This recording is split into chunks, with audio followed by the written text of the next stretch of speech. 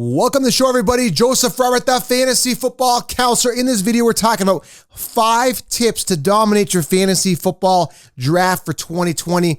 These tips are super practical, and you can apply them, and it's going to give you a major competitive advantage over the competition. Okay, super practical 5 tips to dominate your leagues. Before I get into that, guys, make sure you guys smash that thumbs up. Really helps the YouTube channel. If you're listening in the car, please leave a 5-star rating review on iTunes. It also helps the channel a lot. I genuinely appreciate that. I'm going to keep delivering top-notch content, practical advice to help you guys win. This is not your typical mainstream consensus rankings, okay? This is outside of the box thinking, and advice is really going to help you guys win, okay? I'm not just here to play it safe. I'm here to win, and I want you guys to win as well. So that smash that thumbs up really helps. Also, guys, big news. We're creating Fan-to-Fan Network. We've got all the top influencers from every single YouTube channel for every team. So we've got the Cowboys guy, we've got the Ravens guy, we've got the Philly guy, we've got every guy, every influencer all in one spot on Fan-to-Fan Network. We're launching the site in July, and we are going live on Twitch with our own network. Guys, this is going to be huge. So you need to follow on Twitch. There's a link here below. Do that ASAP. And finally, guys, get the 16-round draft solution. This is literally a win on a silver platter. Now, there's no guarantees in fantasy football at all, but this is the closest. It's as bulletproof as you can get to dominate your league for fantasy football 2020. Get the 16-round draft solution. There is a link here below, pinned comment, or if you're in the car, head on over, pull over. Okay, guys, head on over to thefantasyfootballcounselor.com. Just type in Google Fantasy Football Counselor. It's there, and then just get the 16-round draft solution on the top right-hand side of your screen. You'll watch the video. You'll be wowed by my presence and my video there, and hopefully you guys get 16 rounds and win your leagues, because that's what will happen if you do get it, okay? All right, so get 16 rounds. All right, let's talk about the 5 tips to dominate fantasy football 2020. 5 practical tips. Tip number 1, guys, it's very simple, and you've heard me say this. And some people say, well, Joe, you sometimes say the same thing. That's great. Fine. I want people to say that I'm repeating stuff. That's great. If you tell me, Joe, you keep telling me load up on running backs, this and that. You keep telling me the same thing. Yes. Do you want me to change what I'm saying? It's stupid. That's the stupidest thought process I've ever heard in my entire life. People are like, you need to change what you say. That's not lion mentality, right? If a lion knows he's going to hunt and he's got to go direction to get the deer, whatever he's going to hunt, he's not going to go run around the entire jungle and then come up the other side, unless he has to and he's doing some sort of different strategy. But he knows where the deer is going. He's going to take the path of least resistance and snipe the deer at, right? He's not going to change his path just because he feels like it. If he knows he's going to get the prey, he's going to get it. So I know it's going to work. I know the formula, and I'm going to keep telling you till everybody gets it, till the mainstream is completely dead when it comes to fantasy football analysis, and that old way of thinking is gone. So tip number 1, load up on running backs. I know I've said it before, but it's so important and crucial that you have a roster full of running backs, okay? Load up on them, okay? I mean, early. That's what I forgot. Load up on running backs early. That's tip number 1.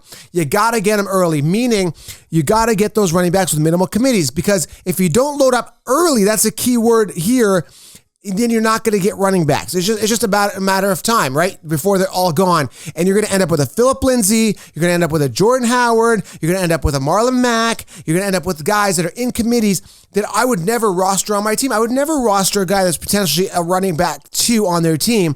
You got to be very selective, especially when it comes to running backs. So tip number 1, load up on running backs early. Okay, that's number 1. Okay, you got to get them early. You got to get your Leonard Fournette, your David Johnson, round 4. You got to get around 3. He's coming. His ADP is going up. Your Todd Gurley's, your Josh Jacobs, your Saquon Barkley's, your Zeke's. And I have a list of all of the running backs that I like in each round in the 16-round draft solution, guys. You got to load up on those running backs early. Get them while they're hot, because they're going to be gone. And then you'll be stuck with a Jordan Howard, which is very, very depressing. And you'll never see a running back like that on my team ever. Very selective. All right, tip number 2, RB depth. So yes, load up on them early, but you need the running back depth. So what I mean by that, if it's a 2 running back league, you need 4 to 5 running backs. If you're starting with a running back league, you need 3 to 4. So always, typically leagues have 2 running backs to start. I have 5 to 6 on my roster. I load up and have RB depth. So tip number 1, load up on running backs early, but also have RB depth. So yeah, you can get, well, Joe, I got Saquon, then I went Jacobs round 2. He fell to me. I'm good. No, you're not. Because if Saquon gets hurt, you only have 1 running back. So you need to have RB depth. That's tip number 2. So you can see how crucial and important it is to have the running back position. Because I'll tell you something. there's a ton of depth at other positions. Like literally, you can wait till the end of the draft and get yourself Big Ben and Phillip Rivers as your quarterbacks, which is going to get you through the league, right? I mean, if you look at Big Ben, I'm not a fan of him. He may not be on my rosters, but I'm saying you can literally wait.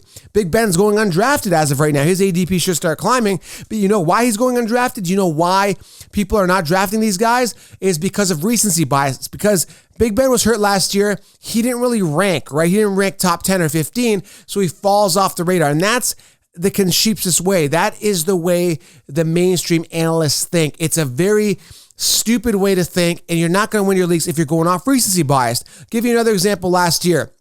Okay, everybody was saying Baker Mayfield's a top guy. That's what they said.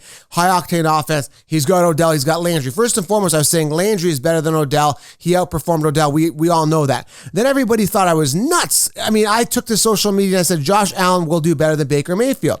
They're like, you're nuts, Joe. I'm like, well, I'm looking at the last couple weeks of the 2018 season. I'm seeing, or whatever season it was, 2018, yeah. And I was like, okay, Allen outperformed Baker near the end of the season. In 2019, it's going to be a Josh Allen show over Baker. You're nuts, Joe. This is the mainstream are telling us Baker Mayfield. Baker Mayfield was a top 5 quarterback. Now he's fallen off a little bit, right? Because of the recency bias. But everyone is saying, oh, well, Baker Mayfield, this and that, buying the Odell hype. And they're so damn stubborn in the mainstream. They put Odell, in the first round three years in a row, and he busted 3 years in a row because he's a big name. So they buy recency biased, and they also buy the popular names. So going back, guys, RB depth is very, very crucial, and you need to load up, okay? And then at number 3, wait on quarterback. There's a ton of depth at quarterback. Just to recap here, you got to wait on a quarterback. You can get a ton of guys. Mind you, in my 16 rounds, I talk about, having an ace quarterback as well, and you can even wait up to the 7th round, get yourself a Josh Allen, 6th, 7th round, a Russell Wilson, other guys I like. I explain all of that in 16 rounds, so it's okay to wait. Do not invest a 2nd round pick on Lamar Jackson. Decline is imminent, coming off a pinnacle year, and a lot of those yards came from rushing. He was like 6th in rushing yards. Lamar Jackson, who's a quarterback, was 6th in the rushing yard among running backs. I mean, he rushed for more than rushing yards than everybody else except for like 5 guys, which were like Nick Chubb, Derrick Henry, and a couple other guys, okay? So there's going to be a decline imminent with Lamar Jackson, so do not invest a 2nd round pick when you can get yourself, a Matt Ryan or Russell Wilson in the 7th round and back him up with a ton of other backups, okay? All right, so wait on quarterbacks is number 3. Number 4, we've already talked about this. I've already kind of dove into it. Stray away from the mainstream consensus rankings and the sheep. Now, I just purchased a magazine just for fun because I purchased these magazines because I had a good laugh. Last year, I had a magazine. I won't say which magazine it was. On the cover was Le'Veon Bell, Antonio Brown. I can't remember who the other guy was. But anyway, they're telling you guys draft Antonio Brown round 2, Le'Veon Bell round 1. And they were just going back to that name, right? And I said, no, listen, Le'Veon Bell, stay away. He's on a new offense. He was a product of the Steelers' offense. That's why he did so well, right? He's not that he's an elite player. It says he was a product of the Steelers' offense. Because, I keep saying this, but D'Angelo Williams, when he played, James Conner did just as well with the same opportunity as Le'Veon Bell. So Le'Veon Bell's not that special. The same thing I'm saying with Dalvin Cook. Madison just does just as good with the same amount of carries that he does. In fact, Madison averaged 4.6 yards per carry last year compared to the 4.5 Dalvin Cook did. So they're a product of the offense. They're not that they're elite running backs, okay? They're good, but they're not ultra elite, okay? They're not your Saquon, Zeke, Derrick Henry, CMC caliber kind of guys. So when I say stray away from the sheep, do not listen to consensus rankings. Do not draft based on ADP. Sometimes you got to reach to get a player that is going to really succeed. For example, this year, David Johnson, I might be comfortable grabbing him in the 2nd round because he's going to be a top 5 running back based on volume and opportunity, okay? So you got to look at opportunity, you got to look at talent, you got to look at the situation, and you can't draft on ADP. I stayed away from Odell round 1 3 years in a row, and I'm doing good. I was drafting Galladay in the 4th round last year while everybody was wasting a pick on Odell. Great. That's perfect. That's what I need. Okay, so stray away from the consensus rankings. Get the 16-round draft solution. Subscribe to this channel because, again, this is not your mom and pop Concheapsis shop, okay? This is the real deal. This is the future of fantasy football analysis. I'm here to, trailblaze, and that's what I've been doing the past couple of years, and I do it for you guys to win. This is about you guys, okay? Genuinely, I'm obsessed with winning. I'm very competitive. I'm ultra competitive, and I want you guys to win. It gives me huge satisfaction when you guys win, and that's what I'm all about. I'm held accountable for every pick I have. Now, a lot of people last year said, "Oh, well, Joe, you took David Johnson first overall in a couple of your leagues." Yes, I did, but he was a top 5 across the board. So if I wasn't going to take him first overall, I was going to take him fourth or fifth anyway, or someone else was. So it's not a big leap from first to five when you look at it. And he was primed, and he got screwed by Kingsbury because Kingsbury wanted a new offense. Now he's bringing Kenyan Drake, who I think is going to be a bust this year. I understand the ceiling is high, but I'm not sold on it. So you got to stray away from the sheep is what I'm saying. Think outside the box. And hey, yeah, in some of my leagues, I went Saquon Barkley. In some of my leagues, I went Christian McCaffrey last year because McCaffrey was top 4 in my rankings last year. But I had depth. Going back to point number 1, load up early on running backs and load up RB depth. Point number 2, RB depth. Derrick Henry was there and Josh Jacobs was in my third round. So I had David Johnson, Henry, Jacobs. I was good either way, right? In some of my leagues, I had CMC, Henry, and I had Montgomery. Montgomery busted. I had CMC and Henry. I'm good. And that's what I did, guys. And it's about loading up on those running backs, loading up on depth at running back, okay? So again, let's recap here. Load up on running backs early, 1. RB depth 2, wait on quarterback 3, stray away from the sheet 4, and finally, number 5, balance your roster with safe guys and breakouts, particularly breakouts, okay? Now, there's no such thing as safe in fantasy football, but I will tell you this, okay? It's very simple here.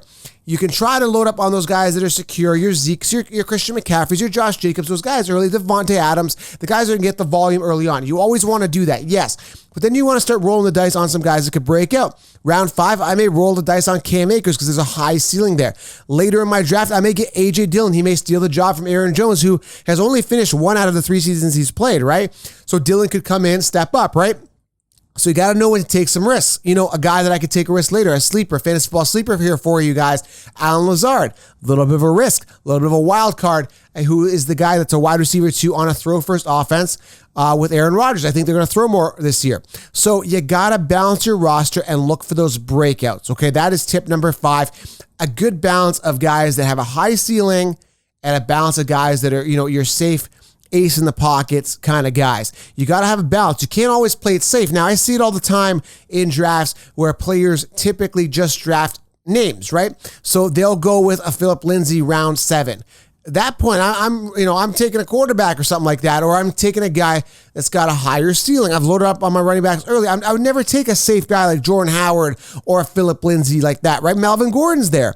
I would always go for the guys that have the highest ceiling and guys that could potentially be the RB1 or wide receiver 1 or QB with high ceiling on their team. I never, ever draft players that could be second fiddle to anybody. Ever, ever, ever. I always aim high on the depth chart. And I talk about all this in 16 rounds, and you're going to get a feel of who I like in each round. Okay, so I implore you guys, get the 16-round draft solution. I want everybody to win, okay? Those are your 5 tips, guys. Simple and easy and practical, and I dove in there and gave you a fantasy football draft strategy with each one, gave you some tips and strategies and fantasy football advice to really help you guys get the competitive edge. Keeping it short and sweet with you guys here on a Saturday. And I really appreciate you guys. Make sure you guys smash thumbs up and follow FTFN. We're taking over. And leave your comments below. I'll try to answer as many fantasy football questions as I possibly can. Thanks for being here, guys. I am out. Have yourself a great weekend.